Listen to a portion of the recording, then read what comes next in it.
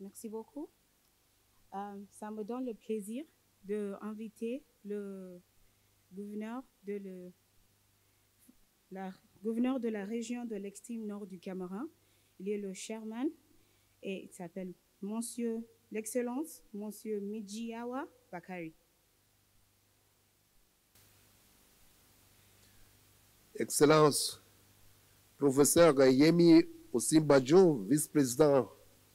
de la République fédérale du Nigeria. Excellence,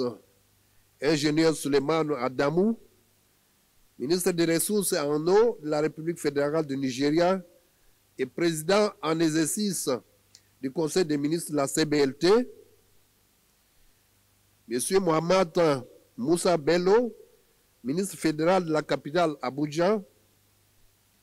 Excellence Maman Nou, secrétaire exécutif de la CBLT. Excellence Monsieur le représentant résident de la Banque mondiale pour le Nigeria. Excellence Messieurs les autorités traditionnelles, coutumières et religieuses. Mesdames et Messieurs les représentants des institutions universitaires et de recherche du bassin du lac Tchad, Mesdames et Messieurs les représentants des associations des femmes et des jeunes, Mesdames et Messieurs les journalistes, Mesdames et Messieurs distingués invités. C'est pour moi à la fois un immense honneur et un réel plaisir de prendre la parole ce jour en ma qualité du président en exercice du Forum des gouverneurs des zones du bassin du lac Tchad affectés par Boko Haram, à l'occasion de l'ouverture des travaux du premier forum international annuel sur le développement de la région du lac Tchad. Avant toute chose, permettez-moi, Excellence, professeur Yemi Osinbajo, vice-président de la République du Nigeria, de vous prier de transmettre à son Excellence Muhammadu Buhari, président de la République fédérale du Nigeria, la reconnaissance et les fraternelles salutations de son frère et ami, son Excellence M. Paul Biya, président de la République du Cameroun, pour la tenue effective et déjà réussie de cette importante et stratégique rencontre qui adressera les problématiques du bassin du lac Tchad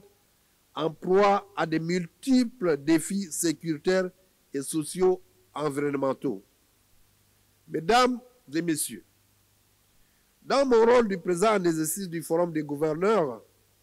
il me revient de relever que l'appropriation de la stratégie régionale de stabilisation du bassin du lac Tchad est effective et son opéralisation se traduit progressivement en actes concrets par, entre autres, premièrement, la participation aux différentes rencontres organisées, l'élaboration et la validation des plans d'action territoriaux sous l'égide du secrétaire exécutif de la CBLT, l'implémentation globalement satisfaisante de la facilité régionale de stabilisation à travers les différentes fenêtres sous les auspices du programme des Nations Unies pour le développement, l'effectivité de l'ancrage institutionnel dans la dynamique de stabilisation durable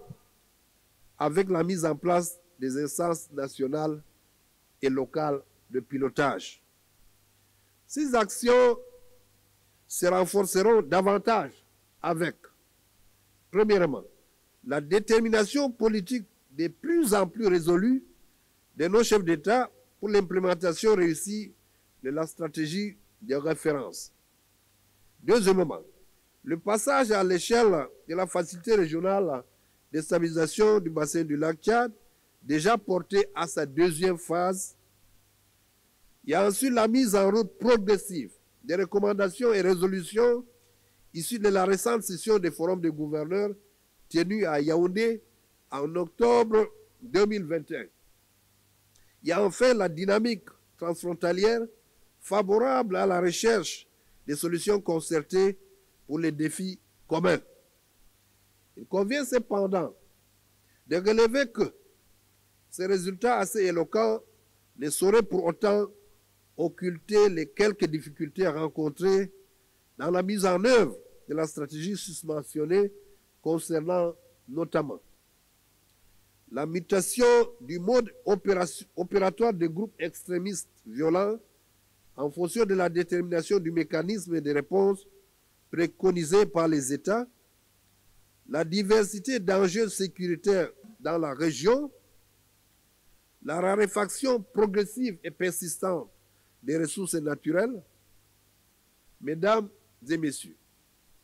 ce premier forum international annuel pour le développement de la région du lac Tchad constitue donc une fabuleuse opportunité de bâtir une coopération de relance, une coopération de convergence, une coopération en bonne intelligence. Cette coopération et cette collaboration régionale donneront, j'en reste convaincu,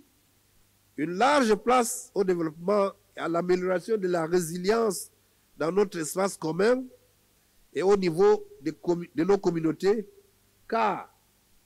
notre histoire commune est avant tout l'histoire des femmes et des hommes réunis par l'histoire, la géographie, la culture, la religion, les échanges, les brassages et les métissages, et qui, nonobstant les défis et les aléas du parcours, ont su allumer et entretenir la flamme de cette conscience et de cette nécessité de vivre ensemble dans la fraternité, la solidarité, la cohésion et l'harmonie. Profondément convaincu que l'intégration régionale reste et demeure un impératif inéluctable, notamment en cette période trouble et lourde de menaces, le Forum des gouverneurs, par ma voix, affirme sa volonté de continuer à œuvrer de concert avec tous les autres acteurs et partenaires pour l'émergence d'un bassin du lac Tchad fort, stable, uni, prospère et résilient. Je trouve dans cette instance qui nous unit aujourd'hui une option stratégique incontournable, conformément aux vœux exprimés par nos chefs d'État, des gouvernements, de voir un décollage plus résolu, impulsé par nos liens de solidarité et de fraternité profonde et par la complémentarité et la convergence des intérêts de nos 4 pays touchés par la crise Boko Haram. C'est le lieu d'adresser mes félicitations au secrétaire exécutif de la CBLT pour son rôle déterminant dans la coordination des actions du bassin du lac Tchad et surtout la fédération des initiatives. Qu'il me soit aussi permis d'adresser mes remerciements et encouragements à tous les partenaires, notamment la Banque mondiale,